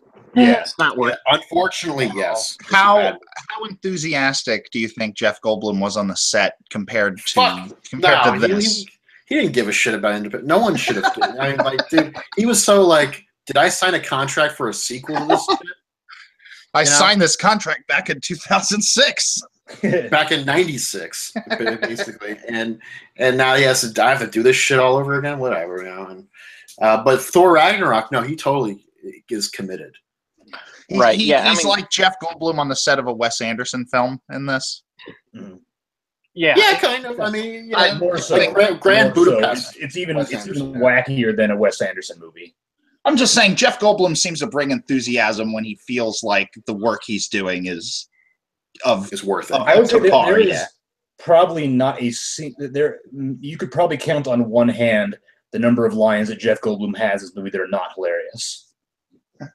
So this is the Everything Lord about of his delivery Thunder. is perfect. Yeah, Lord of Thunder. He's like, oh, you got to get back to Assberg or Ass Place or whatever it's called. And like, that I was like, oh, he did that. Well, I thought that was funny. it was good. It was good. I mean, but that joke only worked because Goldblum delivered it. Because it was Goldblum, yes. Exactly. Yeah, if anybody else said that line, it wouldn't be funny. But the way he said it, like, you really feel like the Grand Master is. Plus, he's an alien and he's a crazy person, so it's like, you know, you can forgive him for not knowing certain shit. But yeah, that was a good performance. That really was. You know, and anytime like Thor was trying to like bargain with him, you know, the Grand Master Goldblum was just like, ah ha ha ha, Mr. Lord of Thunder. You're going to fight my champion. To which Thor always responded really dejectedly with "God of Thunder." yeah. Yeah, right. He was pissed. Did they ever play the Kiss song "God of Thunder" in this? No. They're saving that. They're saving that for the next one. So Maybe we spent they'll a lot play of time on Thor Thunderstruck Ragnarok. from AC/DC, too. We spent a lot of time on Thor Ragnarok, and we haven't spent any time in it talking about Kate Blanchett's character, Hela, the goddess of death. And that's for a reason. Her for character a good reason. was another character who completely had nothing to do in this movie. Just another. She was very much It was a a great villain of the performance, week. but another in a long line of very disposable Marvel villains. Yeah, unfortunately, yes. it was honestly, I felt sorry for Kate Blanchett that her children basically begged her to be in a Marvel movie, and because they just didn't give her anything good to do. She's way better actress than what they. They gave her a to do few in really this. good scenes where she doesn't chew the scenery, but she does get into it. Like there's that bit where she's like, "I'm the goddess of death." She does whatever. It's like, fuck yeah, you know. She samples the scenery. Yes, she samples it. She doesn't quite chew it. She nibbles. But Yes, I think exactly. I thought about it when I was writing my review for the movie. I ended up giving it 2 beers, and the second beer was the fact that the stakes, like most Marvel films, never really feel that high. Like the stakes of Asgard and Hela always feel like compulsory, so they can get back to the wacky Thor and Hulk misadventures as buddies now. I'm Yeah, going to go you out think- on a limb though and you say think the it'd be one much thing. more- I'm sorry. Go ahead. The one thing we've ignored so far most about this film is what I think probably the film's best aspect, which is the score. Mark, Well, hold on. I wasn't done with my sentence. I was going to say, in hindsight, I realized that disregard for the stakes, almost knowing Taika Waititi could have been a stylistic choice. And when I thought about it, I was like, yeah, I kind of dislike the fact that the stakes weren't that high and that didn't really feel that way. But at the same time, I can't remember the last time I saw a movie that felt so bright and carefree. And it was really, really nice to just have this pure escapism in a movie where I don't have to worry about anything in the film. It's just kind of really, really fun. And I think that grim stuff doesn't really matter because it's coming through the lens of the silly Thor adventures, courtesy of Taika Waititi. I would agree with that. I think the fun aspects do kind of outweigh the faults in the Asgard issue, which is basically, this is a big problem we got to deal with. This is the potential destruction of a people, and meanwhile you got Thor goofing off on some trash planet, and that's the important stuff. Yeah, everything that takes place on the trash planet was great. Everything that took place on Asgard was kind of dull. Unfortunately, and given the stakes of it, I mean, like what the stakes were supposed to be. I mean, his friends get hurt and worse. His friends get freaking murdered. Okay, well, I was trying to avoid, but that's not really a spoiler, I guess. That's well, we just said friends. We didn't say which friends. So okay, but basically ones that we've seen in other movies get totally wasted, and immediately, like out the gate, and it was a screenwriter saying, we're 3 movies in. Do we have anything for these guys to do? Actually, no. Kevin Feige, or however you say his name, said that and this kind of depletes the weight of what I was saying earlier with the stakes. He was like, we wanted to really emphasize the importance of a dangerous character like Gila entering the Marvel universe.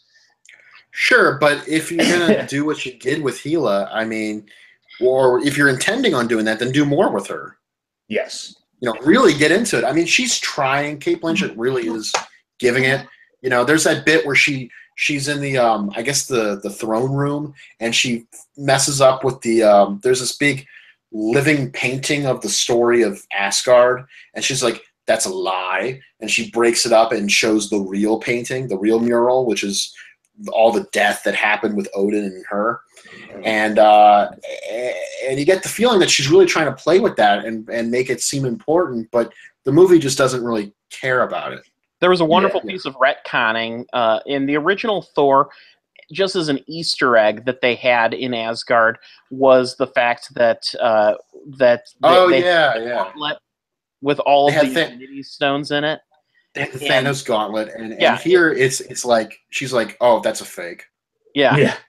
Which is a nice little stealth cover up of a plot, quote unquote, plot hole. Mm-hmm.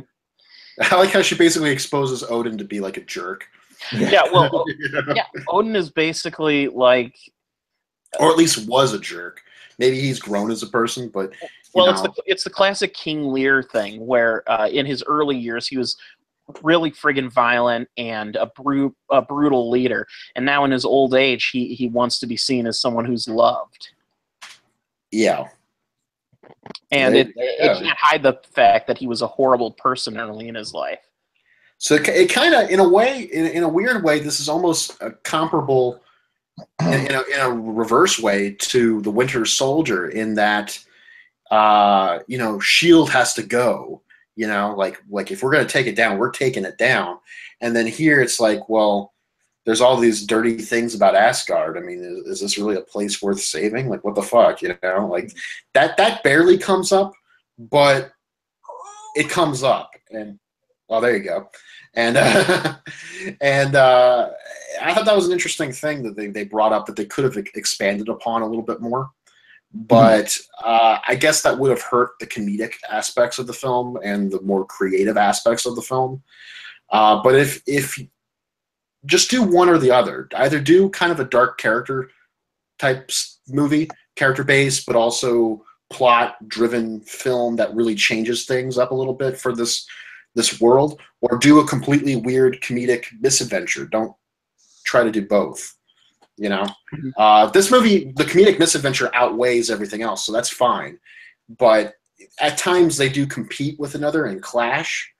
And it's a little like, okay, am I supposed to care about this, or no? I really am supposed to care about the fun stuff, not the other stuff. You know what I think rode that line perfectly? Huh? Guardians of the Galaxy Volume 2. Yeah, rode almost everything you guys have just said. Really, like the villain the villain's a red herring, I guess, or not, not a red herring, but you know what I mean. Like you think he's good, It's not and who he you're ends up being supposed to be. bad. Yeah, right. And like the whole thing with like Yondu becoming kind of a touching character at the end of that was very unexpected, and that movie really has its cake and eats it too in terms of being kind of silly but also emotional. Mm-hmm. I would agree. Someone said this is the best Guardians of the Galaxy movie, and I was like, no, that's still Guardians of the Galaxy. I disagree. You know, this isn't a bad. Thor Ragnarok is not a bad film. No, I don't mean volume 1 or 2. It could be either or. Those two movies, in my opinion, are like equally great. But Thor Ragnarok is very solid. It's very fun, but it's not quite. It's like a touch beneath Guardians. Either the Guardians. I think movies, in terms of Guardians 1, I think if you took out the We Are Groot scene, that the third act just becomes completely forgettable. Well, yeah, that's like the exclamation point.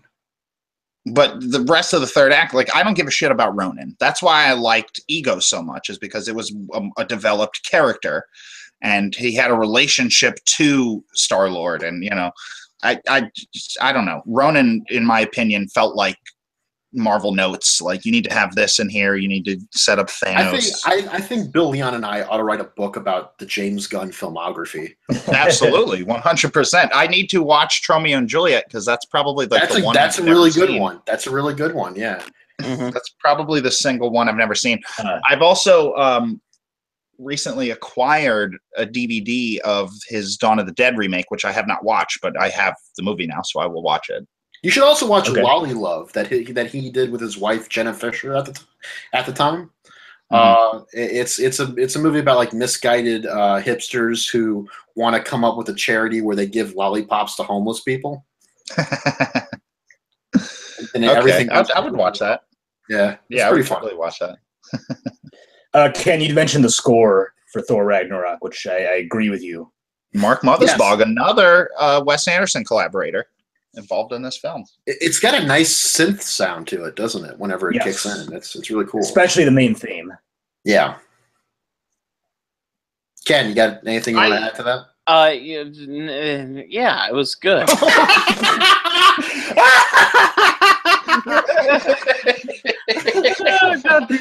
Well, I had what I was gonna say, and then I lost it. Yeah, I'm sorry. I'm so sorry. It is very steeped in like 80s. Like a lot of the movie is very steeped in that 80s feel, as well as the heavy metal, the Frazzini imagery. Like in the opening, right before the title card, you get the silhouette of. Are you talking about Frazetta?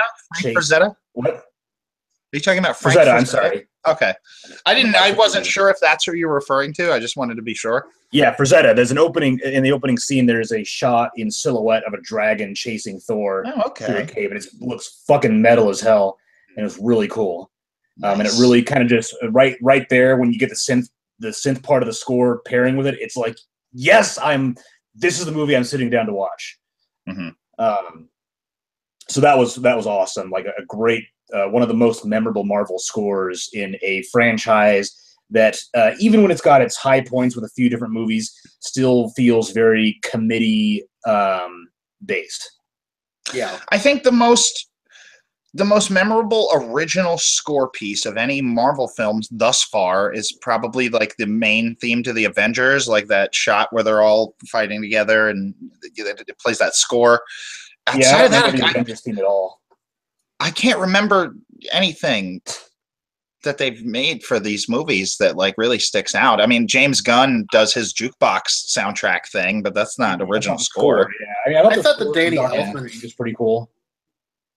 I thought the Elfman score for Age of Ultron. I know we keep harping on Age of Ultron, but I actually thought that score was all right. I don't remember that one either. Okay, well, I do, but that's partially because I have it on Spotify and occasionally we'll play it. So, you know, I don't know. I don't know why I picked it. Because you do things like revisit Transformers. Yes, I do weird things. Age of Extinction. Age of Extinction, not The Last Night. Fuck that movie. Oh, but Age of Extinction, that's the real shit. You know, I maintain that Age of Extinction is the worst Transformers film. I don't know if you've seen The Last Night. I mean, that I is. have. I co-reviewed that with Felix. I've seen The Last Oh Night. yeah, right. It's dog shit. I mean, Yes. yeah. It's Don't that forget, kind of Bill. nightmare. Don't forget, Bill. John Cena's about to be in these movies. That actually I think is a good move. I think that I- Believe it or not. It could Who's be good. directing? It could Is that blow the up, but it Bumblebee could be- movie? Yeah, I think so. Directed by Travis Knight, who did Kubo and the Two Strings. That might be okay. Yeah, if they're going in a different direction, then I'm sure they'll make something at least marginally entertaining. Yeah, the big thing is to get Aaron Kruger, Akiva Goldsman, and Michael Bay off that franchise. Yes.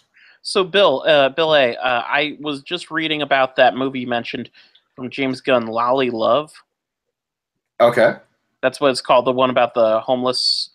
Yeah. Lolly Love, written and directed, I believe, by Jenna Fisher. Yeah, Who I was going to say James Jenna Gunn's Fisher. wife at the time. Yeah. Yeah, that's pretty interesting. And the movie, listen to this cast: James Gunn, Jenna Fisher, Jason Segel, Judy Greer, Lloyd Kaufman, Yep. Did you say James Gunn? and like Linda he- Cardellini. Yeah, James Gunn stars in it as her husband, Oh. which he was at the time. But Yeah, I this know is that. 2004, so this is like pre-fame Jason Segel before he became, no. Pre-knocked The up. fame Jason Segel. Yeah. Yeah, before he Um, became post-fame. Yeah, that's interesting. I had learned of their marriage from Super because I'm pretty sure The Office, Jenna Fisher introduced James Gunn to Rainn Wilson, which got him the role in Super. Hmm. So that movie, and apparently James Gunn had something to do with like writing humor for a video game called Lollipop Chainsaw. Yes. He did. co-created that video game. He did Lollipop Chainsaw, or helped out with it, and he also did a video series. I think it was called PG Rated Porn. PG porn, yes. James Gunn. PG porn. There was a funny one. There are two funny ones with Charlie Brown characters. And Belladonna, I remember very specifically, who was in Inherent Vice, plays I forget which Charlie Brown character. It's the love interest character to Charlie Brown. The little redhead girl. Yeah, the one who always takes away the football. Oh no, that's Lucy. Yeah, and they have a fun back and forth where they make fun of him and everything. But there's another episode where Charlie goes crazy and kills everyone. It's I don't know. Gunn's a weirdo, but he's our weirdo. All right. Speaking of weird, Bill Leon, you recently watched some Stranger Things. I did. I watched all of Ooh. Stranger Things 2, and I don't maybe like very light spoilers. I don't think you need to worry about me spoiling anything major because I won't. Okay. And this is just a disclaimer. This is probably a very hyperbolic, enthusiastic review because I loved it.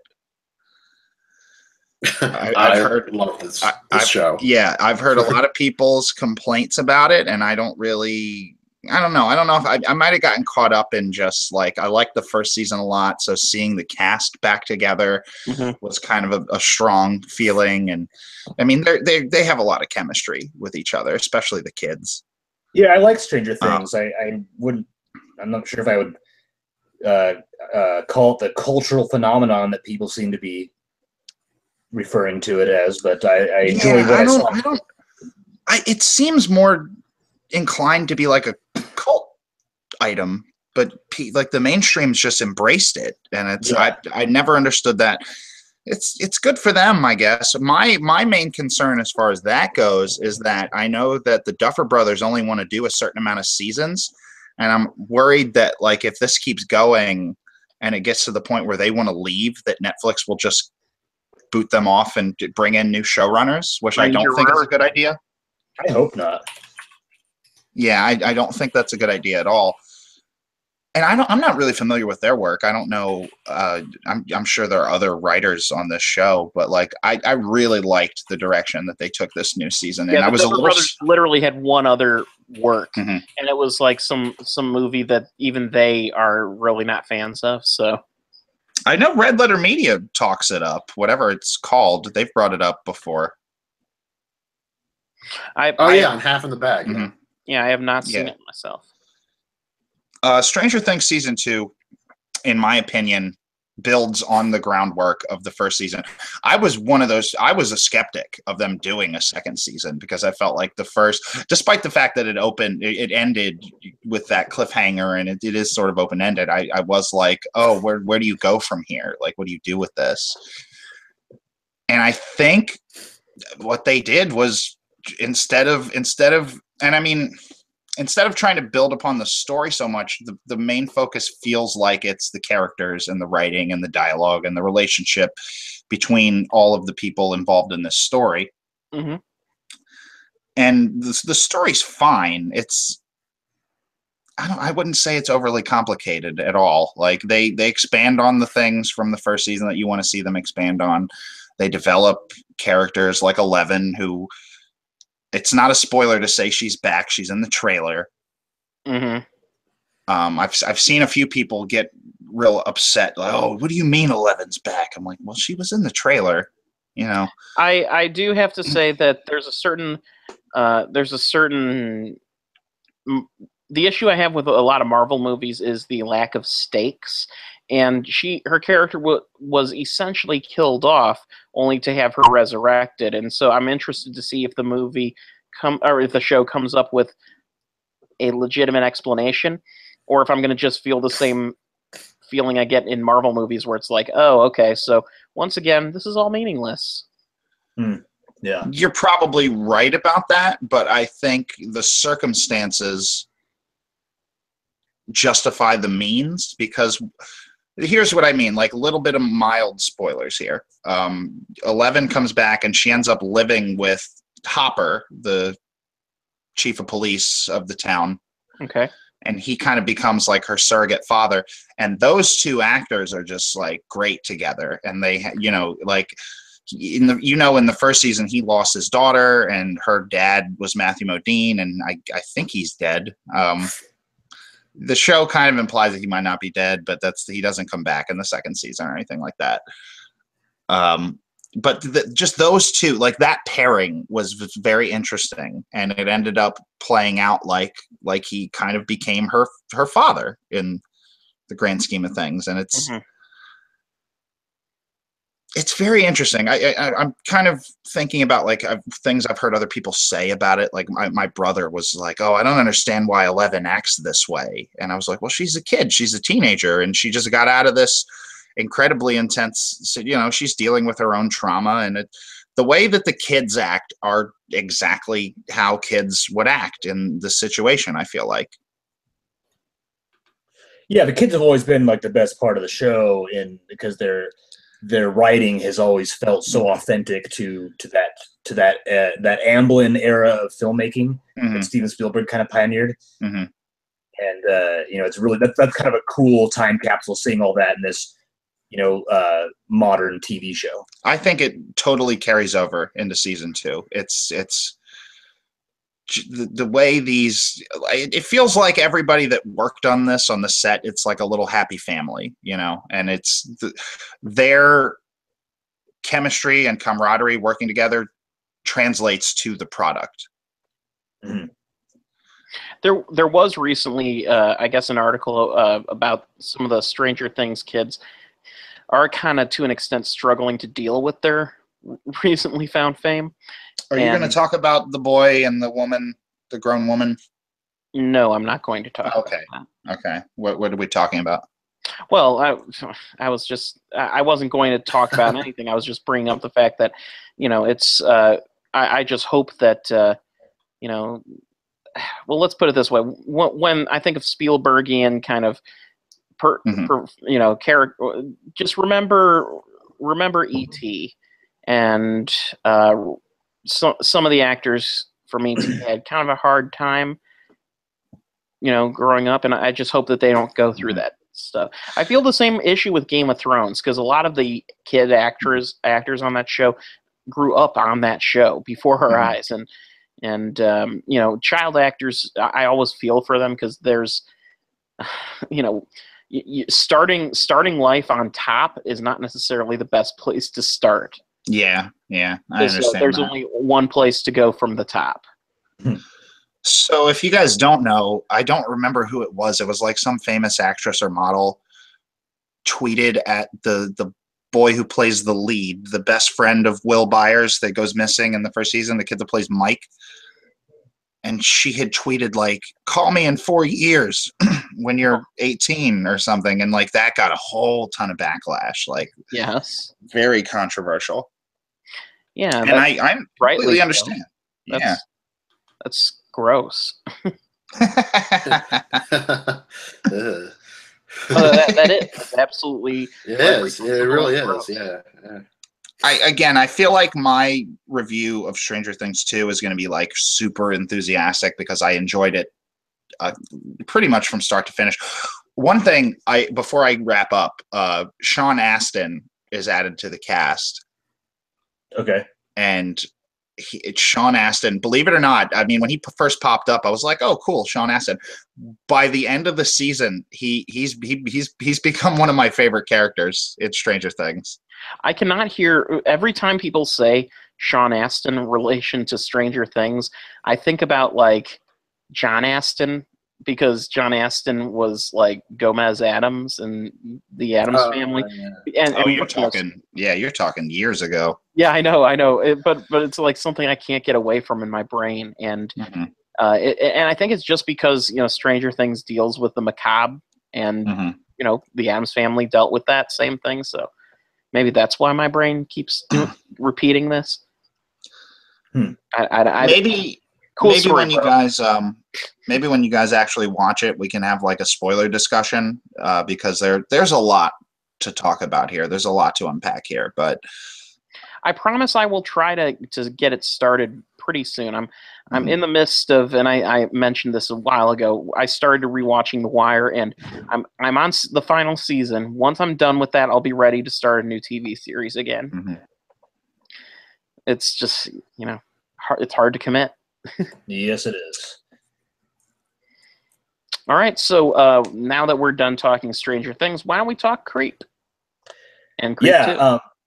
So Creep was a 2014 found footage style horror movie. It was on Netflix, and it's interesting because Mark Duplass from The League, who if you guys have watched The League, that's a very goofy show with very goofy characters that joke all the time. And now Mark Duplass is playing a serial killer. And that's probably the most interesting part of the movie is that it balances the tones of comedy and horror very, very well, where you kind of want to laugh at Mark Duplass because he's very eccentric and very fun, but also very creepy. Like he overshares and he'll mention things like, "Oh, I was filming you and took your picture as you were walking up over here," and like it's what is this, American Beauty? No. Back to Kevin Spacey. All right. Oh no. Oh, what have we done? By the way, how creepy is American Beauty going to be in retrospect now? The guy's dad thinks that he's banging his son in that movie. Oh I know. God. All right, so back to Creep. Sorry. And like it's one of the hardest ways. Chris Cooper, that character actor, he's fantastic. Go ahead. One of the hardest things to sell about Creep is the fact that it is a found footage movie, because found footage has in the last couple of years been a categorically inferior genre of film. The subject of ridicule, I would say. And yes, I would say rightly so. Yeah, I would agree with that too. However, Creep and Creep 2 are very effective in the way they kind of buck the trend of found footage films, because the setup for what is now effectively the Creep series is that Mark Duplass's character, and I don't really call him by name when I say this because it's revealed in Creep 2 that he changes his name and persona every time he's luring a new victim. He will. I said, Yeah. So he will create like a Craigslist post asking, Things that make you go, asking a See, I got that. I got that reference. I got that reference, Bill. Things that make you go. That's delocated, folks. That is delocated. So he'll make a Craigslist post or something, inviting a videographer to come film him for a while under some kind of reason. So in the first movie, he's like, "I'm dying of cancer, and I need somebody to come film some video so that my unborn son will have something to know me by once he's born and I'm gone." And just things get progressively more unsettling until they kind of hit the climax. And it's both films involve the main character or a main character filming everything and documenting everything, both of them for different reasons. And it's kind of hard to describe both these films without kind of spoiling the ending of the first one, which, as it does with these types of movies, results in the death of the main character, but you kind of expect that to be the case from the very beginning. So in the first film, well, to walk it back a little bit, the movies kind of handled jump scares in very different ways, which I thought was really cool. In both movies, Mark Duplass's character likes to jump out and startle the main character. So he'll like leap out of nowhere, and be like, "Ah!" Sometimes wearing a wolf mask, and he calls the wolf mask Peach Fuzz, and that's like a character he plays. Yeah, it's supposed to be funny. Like these are funny movies, okay.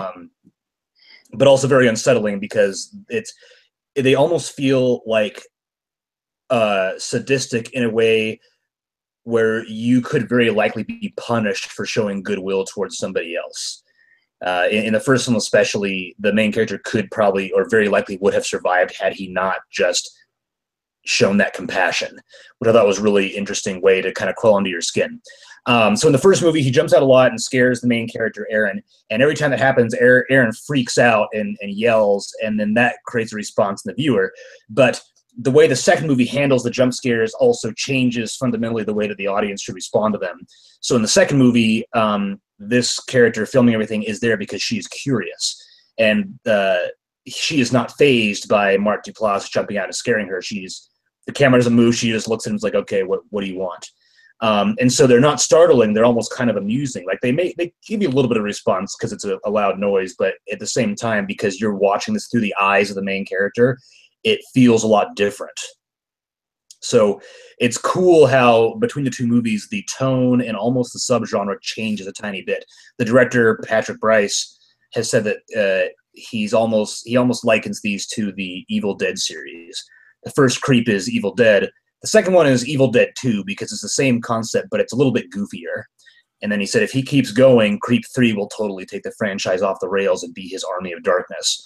So what? Nice. Yeah, so probably not that wacky, but I think in the same way, like he's going to keep escalating what can happen in these movies. And there's nothing supernatural. It's a pretty ballsy thing to compare your own movie to something like that. So it is, and it wasn't like he was comparing it. He said, as a frame of reference, basically, here's how you should expect my series to escalate. Not like this is Army of Darkness. It's just kind of like expect that same cadence of tone to change between the films. Not the same budget. Not the same budget. I mean, these are micro budget films, even in the sense where there's not really any gore. And if you look carefully at one of the kill scenes in Creep 2, you can probably tell where they were able to do it very cheaply, kind of like the ketchup trick in Hot Fuzz. Not that obviously fake, but you can tell where this was made very cheaply, but it kind of has that charm to it. Not in the same way that Ken Labazinski's or Len Kabazinski's movies. Ken Labazinski. I always mess up my mind out loud. But really, the biggest part of it is Mark Duplass's performance. Like he's a great actor, and I think he's really escalated the amount of offers he'll get in film now because it's such an interesting performance in both movies. Like there's a little bit of torture, a little bit of cunning, and in the first movie, you kind of have your doubts now and then of like, is he really dangerous or is he just like a sad man? In the second movie, he's like, no, he is fucking insane, and now we're going to find out how insane he is. So the way things change between the two films is really, really interesting. That's why I'm talking about both of them, because they are really great companion films. They're both still found footage films. They're both shot a little bit differently, and they both illustrate different things with not only the character of Mark Duplass, but the way that he interacts with his supposed victim and how the power dynamic changes between the characters in each film. That's for a found footage movie, it's so much more than just someone used a handheld camera as an excuse to not buy camera equipment and just make it freewheeling. Oh, look, it's found footage.